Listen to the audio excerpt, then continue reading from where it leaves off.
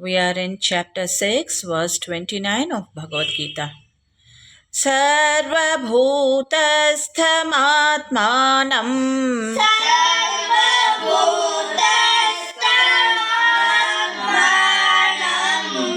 Sarvabhutani Chatmani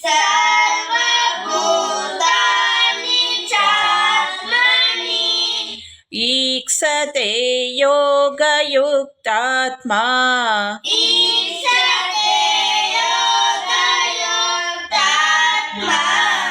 Sarvatra Samadharshanaha.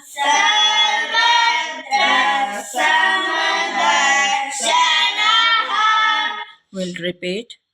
Sarvabhutastamatmanam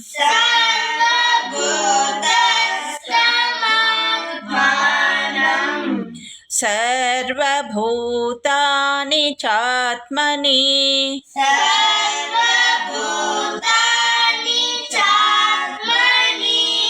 Iksate Yoga Yuktatma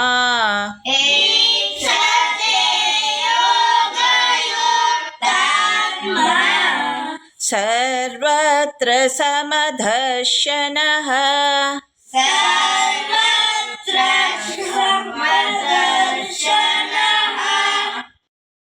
Hare Krishna, I'm Sunita Sunil with you in 2-minute Mahabharata stories. I know you are all curiously waiting for the next episode, so let us continue with chapter 6, verse 29 of Bhagavad Gita. In this translation, we are seeing about perfected yogi with equal vision who sees the Supreme Self in all beings and all beings in the Supreme Self. Let us see the deep meaning of it. The true yogi, uniting their consciousness with God, see with equal vision, that is, by seeing everyone as Atman, not as a body. God is living in all beings. For example, children love Gem's chocolate. Especially, they fight for the colors they like. But as parents, we know they're all the same sugar coated. Similarly, ingredients of everything that exists in God Himself in the form of various energies. Another example is the sun is one but spreads its rays everywhere. Similarly, the Supreme Lord by His energies lives in everything. So the perfected yogis, in the light of realized knowledge, see everything in its connection with God.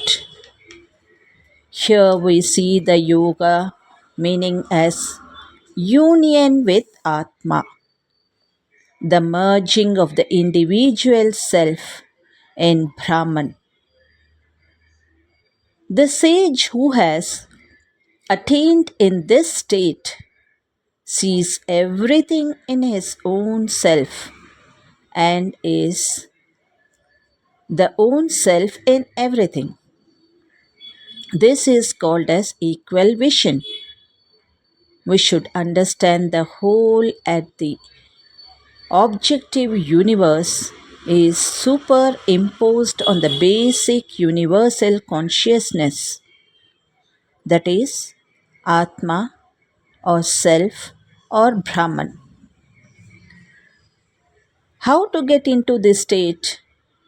Only by doing Dhyana Yoga or any other yoga. How to have equal vision?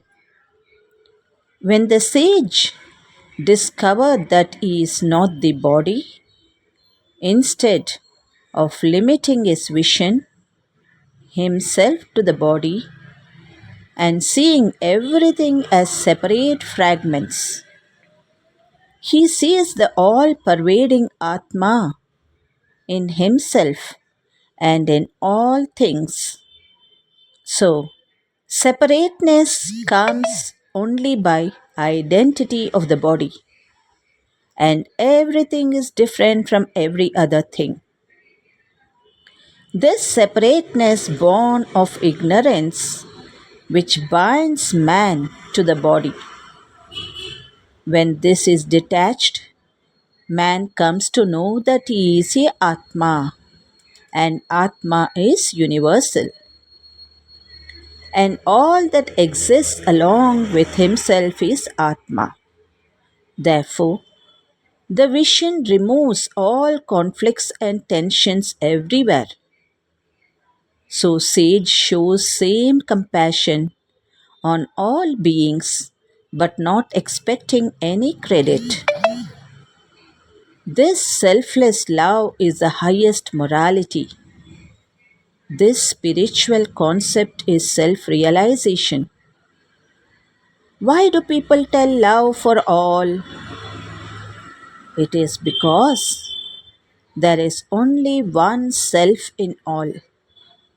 Love reveals this oneness. This secret Yogi has discovered by meditation. He knows the separate existence for himself, and everyone is only a myth and a superstition.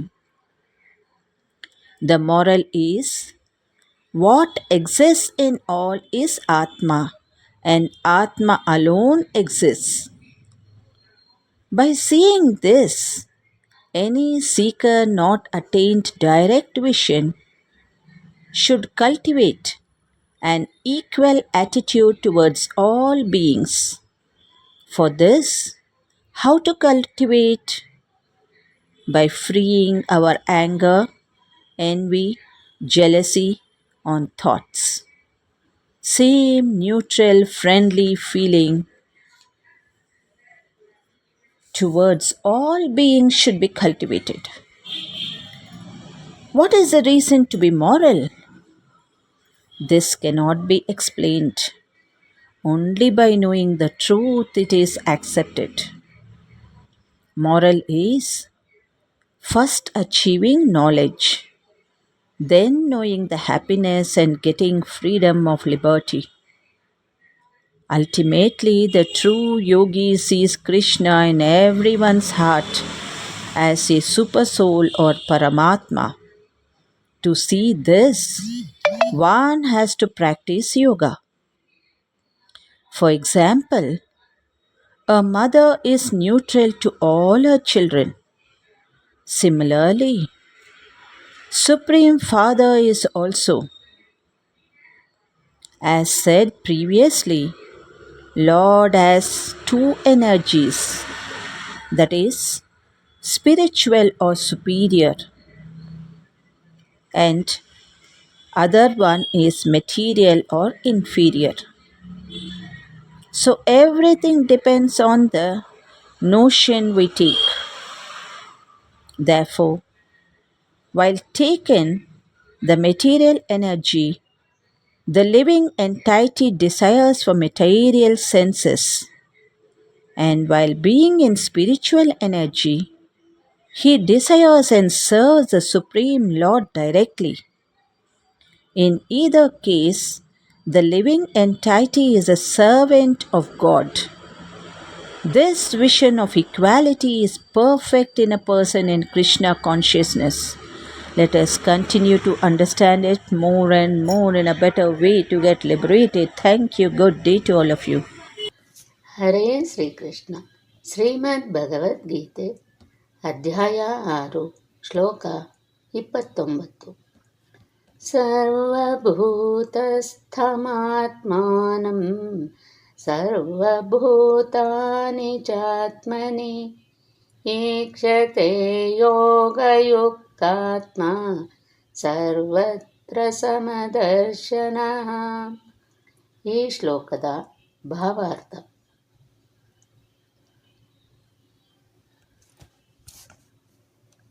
ಒಂದು ನಾಯಿಯ ಹೃದಯದಲ್ಲಿಯೂ ಒಬ್ಬ ಬ್ರಾಹ್ಮಣನ ಹೃದಯದಲ್ಲಿಯೂ ಪರಮಾತ್ಮನು ನೆಲೆಸಿರುತ್ತಾನೆ.